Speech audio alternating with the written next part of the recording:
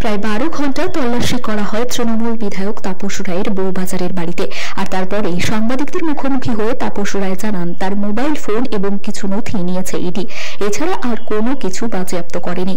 জিজ্ঞাসাবাদে সম্পূর্ণ সহযোগিতা করেছেন বলে তিনি দাবি করলেন। সেই সঙ্গে এও দাবি করেন যে কোনো দুর্নীতিতে তিনি জড়িত নন, জড়িয়ে পড়ার সুযোগও হয়নি কখনো।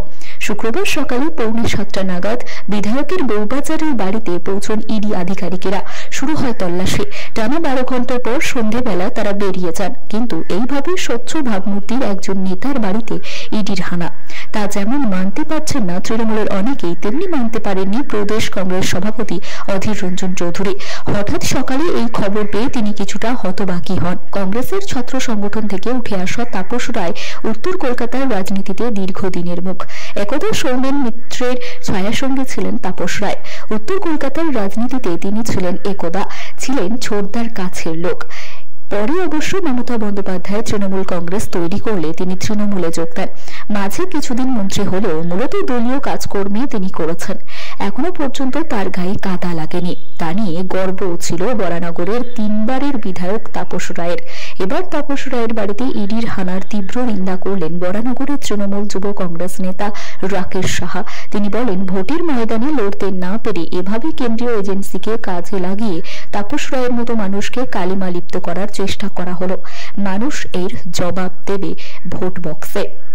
দেখুন, গতকাল থেকেই সমগ্র বরানগরবাসী এবং আমিও,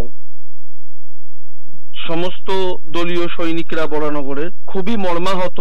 এই ঘটনাকে কখনোই মেনে নেওয়া যায় না।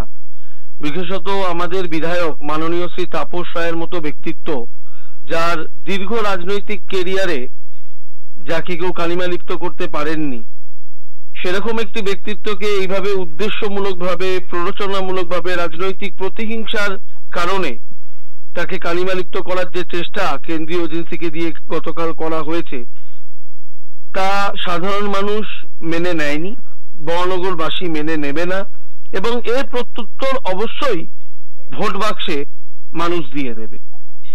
দ্বিতীয়ত, অধীর রঞ্জন চৌধুরী যে কথা বলেছেন, অবশ্যই ঠিকই কথা বলেছেন যে তাপসদার মতো ব্যক্তিত্ব এভাবে কালিমালিপ্ত বা এরকম কাজের সঙ্গে যুক্ত, এটা কেউই মেনে নিতে পারবে না। শুধু অধীর চৌধুরী কেন, আপনি যদি দেখবেন বিজেপির মুখপাত্র সজল ঘোষও একই কথা বলেছেন যে ডিরেক্টলি হয়তো তাপসদার মতো ব্যক্তিত্ব এরকম জঘন্য কাজের সঙ্গে হয়তো যুক্ত নেই। তো এরকম একটি ব্যক্তিত্বকে, যিনি বরানগরের উন্নয়নের কাণ্ডারি, যিনি বরানগরের উন্নয়নকে এক নতুন রূপরেখা দিয়েছেন, এভাবে থামানো যায়নি, এভাবে কালিমালিপ্ত করা যাবে না। এবং এই যে রাজনৈতিক প্ররোচনামূলক যে একটি পদক্ষেপ কেন্দ্রীয় সরকারের, তা অত্যন্ত নিন্দনীয়, এবং আমরা সমগ্র বরানগরবাসী এবং তৃণমূল কংগ্রেসের সৈনিক হিসাবে আমরা অত্যন্ত দুঃখিত, মর্মাহত এই ব্যাপারে।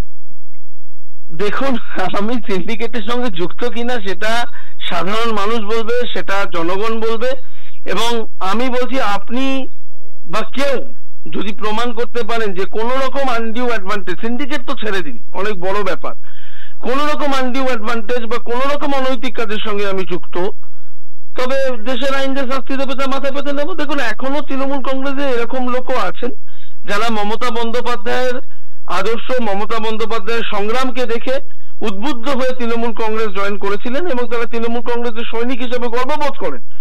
কিন্তু এই সত্যিটা এই বিজেপি, বঙ্গ বিজেপি কিছুতেই মেনে নিতে পারবে না, আর পারছে না। তার জন্যই যেরকম এরকম ভাবে কালিমালিপ্ত করার চেষ্টা করছে। আর কিছুক্ষণ আগে আপনি বললেন যে অপর্ণা মল্লিক আমাদের চেয়ারম্যানকে ডাকা হয়েছিল। দেখুন, তাপসদার কালকে ইন্টারভিউ হয়তো আপনি দেখেছেন, প্রেস ইন্টারভিউ, যে being a public representative recommendation হয়তো সবাই করে থাকে। দেখুন, আপনারও যদি শরীর খারাপ হবে, তো যদি হসপিটালে বেড না পান, আপনারা হয়তো স্থানীয় বিধায়ক বা স্থানীয় নেতৃত্বের কাছে যান যে দাদা একটু দেখবেন বা দিদি একটু দেখবেন। তো তিনি যদি তাতে রেকমেন্ড করেন, তো তাতে ক্ষতি কি আছে?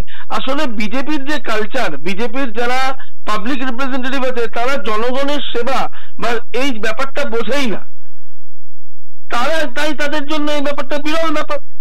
অর্থাৎ আপনি বলতে চাইছেন আপনি মমতা বন্দ্যোপাধ্যায়ের আদর্শকে পাথেয় করে এই দলটা করছেন, কোন রকম সুবিধাভোগী বা দুর্নীতির সাথে আপনি জড়িত নন। আজ পর্যন্ত তো এরকম কোনো আনডিউ অ্যাডভান্টেজ দল থেকে নিইনি। দেখুন, দলটা আমি আজ থেকে করি না, আমি আমার কলেজ লাইফ থেকে করি। তৃণমূল ছাত্র পরিষদ থেকে, সিটি কলেজ থেকে আমি রাজনৈতিক জীবন শুরু করেছি। তো আজ পর্যন্ত কোনো আনডিউ অ্যাডভান্টেজ নিয়েছি বলে সজ্ঞানে আমার মনে হয় না, এবং এর উত্তর জনগণ দেবে। Bureau report, channel 10।